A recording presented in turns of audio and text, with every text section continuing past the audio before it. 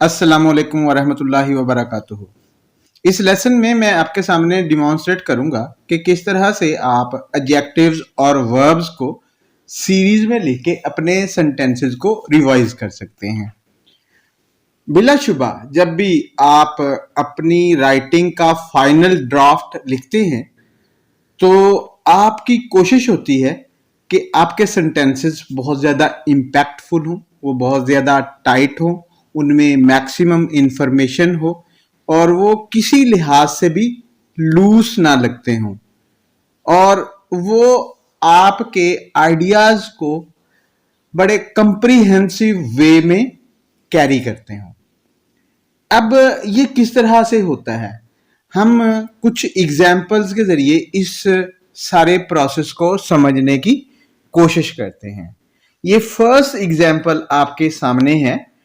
यहाँ पे अगर आप देखते हैं तो 3 सेंटेंसेस हैं एंड इन 3 सेंटेंसेस को आप एक सिंगल सेंटेंस की शक्ल में कैसे लिखते हैं और ये आप लिख सकते हैं। जरा देखें इन सेंटेंसेस को। The first sentence, the baby toddled across the rug, ठीक है जी। He picked up a button, second sentence है। He put the button in his mouth. अब इन तीनों सेंटेंसेस की स्ट्रक्चर को देख के आप इजीली डिसाइड कर सकते हैं कि आप डिफरेंट वर्ब्स, जो तीनों के तीनों डिफरेंट वर्ब्स हैं, उनको सीरीज में लिख देंगे।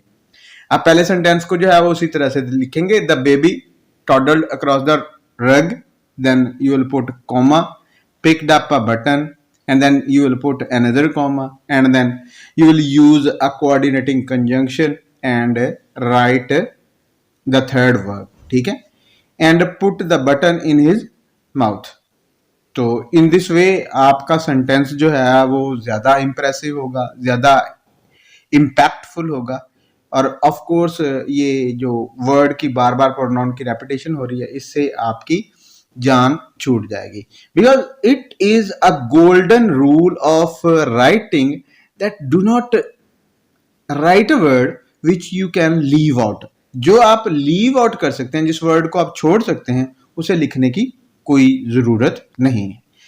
अच्छा, एक और एग्जाम्पल देखें तो आइडिया आपको क्लियर हो जाएगा कि यहाँ पे अगर आप सेंटेंसेस को देखते हैं, 4 सेंटेंसेस हैं, 4 या 5 सेंटेंसेस, और इन 4-5 सेंटेंसेस को आप किस तरह से जोड़ेंगे।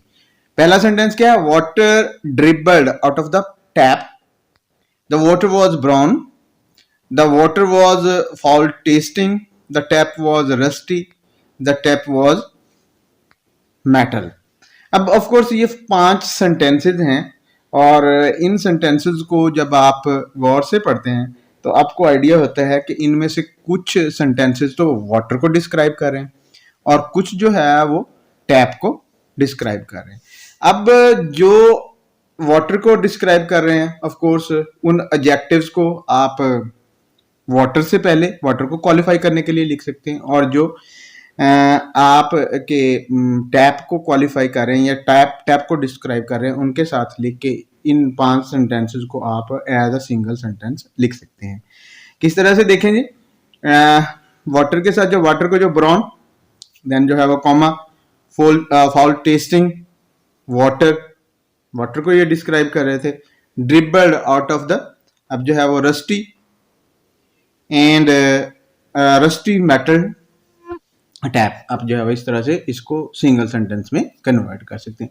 I think the idea is very much clear. और आप जो है वो देख सकते हैं कि कहाँ पे आप 5 सेंटेंसेस लिखते हैं, separate sentences, and there is lot of repetition, और इस रेपिटेशन को आप जो है वो किस तरह से अवॉइड कर सकते हैं, ऑफ कोर्स इन 5 सेंटेंसेस को एक सिंगल सेंटेंस के तौर पर लिख के।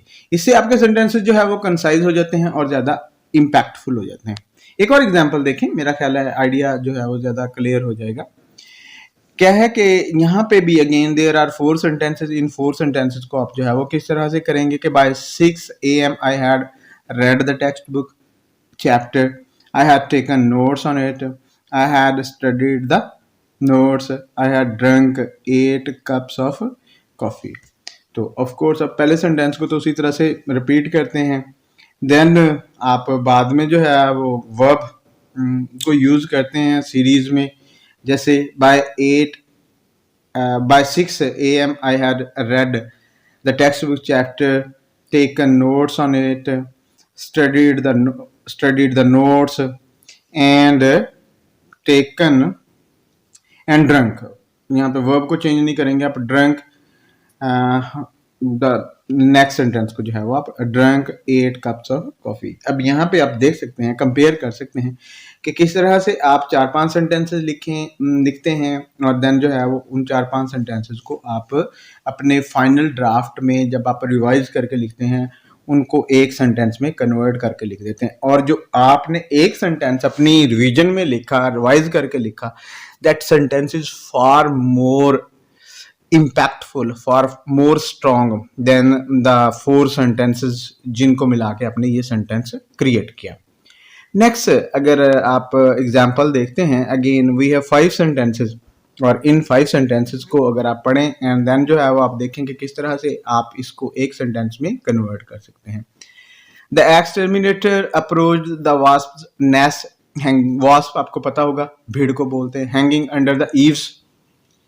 The nests were large, the nests were papery, the eaves were old, the eaves were wooden। अब आप इजीली देख सकते हैं कि जो नीचे वाले 4 सेंटेंसेस हैं इनमें से 2 सेंटेंसेस जो है वो नेस्ट को डिस्क्राइब कर रहे हैं एंड जो 2 सेंटेंसेस हैं नीचे वाले वो ईव्स को जो है वो डिस्क्राइब कर रहे हैं। अब ऑफ कोर्स आप बड़ी आसानी से समझ गए होंगे कि आपने करना क्या है। आपने जो वास्प नेस्ट हैं तो उनसे पहले जो है वो लार्ज और पेपरी, ये एडजेक्टिव उनसे पहले लिख देने हैं एंड ओल्ड और वुडन जो है वो दूसरे सेंटेंस से पहले लिख देने। जैसे अब जो है वो आपका फाइनल सेंटेंस, रिवाइज सेंटेंस जो है वो किस तरह से होगा, the exterminator approach the large papery wasp nest hanging under the and then जो है वो ओल्ड वुडन ईव्स। ठीक है, आप इस तरह से जो है वो एक सेंटेंस, और अगेन आप जो है वो जस्ट यहाँ पे 1 सेकंड के लिए रुकें एंड देन जो है वो देखें कि आप 5 सेंटेंसेस को जब एक सेंटेंस में कन्वर्ट करके लिख देते हैं तो आपका सेंटेंस किस तरह से मीनिंग से लोड हो जाता है। एंड टेक्निकली स्पीकिंग या लिटरेरी स्पीकिंग हम कहते हैं कि now your sentence has become pregnant with meaning. इसमें बहुत ज्यादा मीनिंग आ गए हैं and the sentence is tightly net, आपका सेंटेंस जो है वो बड़ा टाइट हो गया है और it will produce more impact on your reader. एक और एग्जांपल देखें और इस एग्जांपल के बाद आपको जो है वो चीजें और ज्यादा क्लियर हो जाएंगी and this is the final example. अब जो है वो क्या है कि यहाँ पे देयर आर 5 सेंटेंसेस, इनमें reeds bordered the pond, the reeds were slim, the reeds were brown, the pond was green, the pond was stagnant। अब आप इन 4 सेंटेंसेस को अगर देखते हैं तो 2 sentences of course they describe the reads and they other जो है वो 2 सेंटेंसेस वो दे डिस्क्राइब द पॉन्ड। अब आप ऑफ कोर्स क्या करेंगे, आप पहले भी इस टेक्निक को देख सकते हैं, देख चुके हैं कि किस तरह से इस टेक्निक को इस्तेमाल किया जाता है। आप जो है वो लिखेंगे slim brown reeds bordered the, then जो है वो ग्रीन स्टैग्नेंट पाउंड। तो आप इस तरह से जो है वो इसको एक सेंटेंस में कन्वर्ट कर सकते हैं। I think and I very strongly feel that now the whole point is clear. आप अंडरस्टैंड कर सकते हैं कि whenever you are writing about something and first you just write everything you have in your mind, but when you sit down to write the final draft of your writing, so you get involved in a very serious practice of revision। और इस revision के लिए आप different methods use करते हैं। उनमें से एक मेथड ये है कि आप वर्ब्स और एडजेक्टिव्स को सीरीज में लिख के अपने सेंटेंसेस को रिवाइज करते हैं। हमने इस लेसन में इस सारे प्रोसेस को बड़े अच्छी तरीके से देखा, बड़ी अच्छी तरह से देखा एंड ट्राइड टू डिमॉन्स्ट्रेट कि राइटिंग किस तरह से डिफरेंट हो जाती है once we have revised our sentences by using verbs and adjectives in series। We will be talking about the things which are helpful to make you good readers in our future lessons as well. I hope if you find these video lessons helpful, you will share them with your friends.